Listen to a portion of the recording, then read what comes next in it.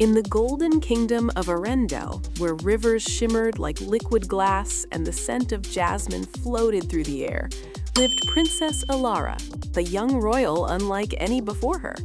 While other princesses practiced royal etiquette and embroidery, Elara secretly learned the art of cooking from the palace servants. She believed food carried emotions, comfort for sorrow, courage for fear, and hope for the brokenhearted.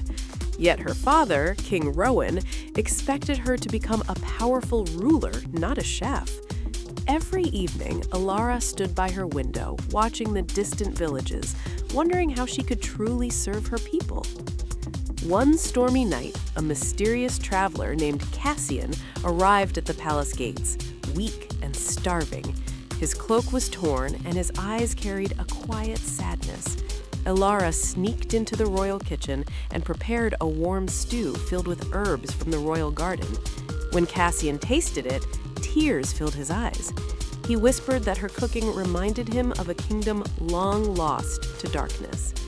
Before he could explain further, royal guards dragged him away, suspecting him to be a spy. Elara felt a strange pull in her heart, sensing his story was tied to something far greater. The next morning, news spread across Arendelle. Neighboring kingdoms were falling under a mysterious curse. Crops turned black overnight, rivers dried, and people lost the ability to feel joy. Fear crept into the palace like cold fog. An ancient prophecy was uncovered by the royal scholar, stating that only the heart chef could restore balance, a person whose food carried true emotion. The court laughed at the idea, but Elara felt her pulse race. Deep inside, she knew the prophecy was calling her. That night, she visited the dungeon and freed Cassian, who revealed the truth.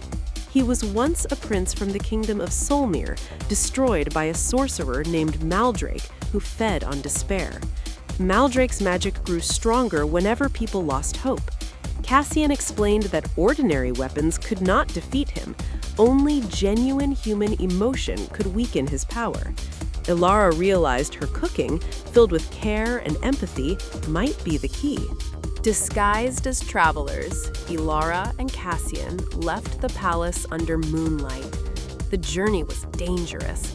In the first village they visited, people sat silently, staring into emptiness. Elara cooked a simple bread using the last remaining flour. As its aroma spread, children slowly approached. A young girl smiled for the first time in months after tasting it. Warmth returned to the villagers' eyes, and faint colors began to return to the fields.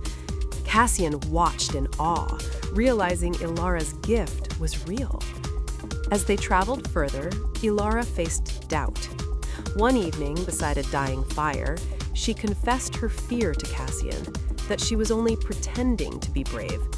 Cassian gently told her bravery was not the absence of fear, but choosing kindness despite it.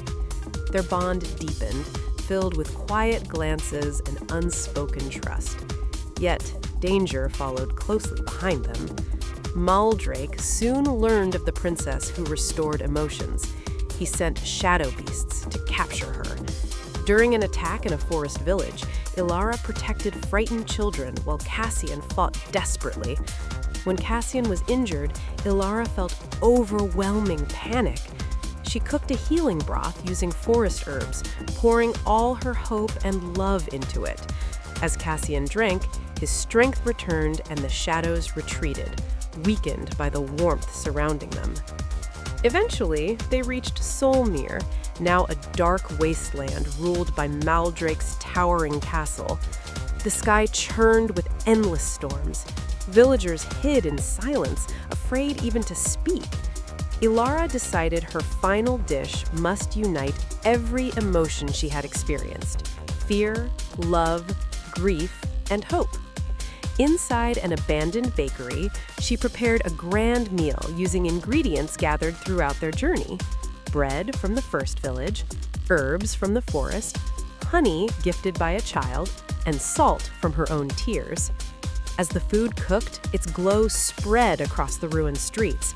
People slowly emerged, drawn by memories long forgotten. Laughter echoed faintly. This surge of emotion weakened Maldrake, forcing him to appear before them in fury. He mocked Elara, claiming emotions only caused pain. Trembling but determined, Elara offered him a single bite of her dish. For a moment, he hesitated, then tasted it. Memories flooded him. Childhood laughter, friendship, love he had buried beneath bitterness. The darkness surrounding him cracked like glass. Maldrake fell to his knees, overwhelmed by feelings he had denied for decades. His power dissolved, and the storm cleared, revealing sunlight over Solmere for the first time in years. Peace returned to the kingdoms. Cassian reclaimed his homeland, but instead of ruling alone, he invited cooperation between nations.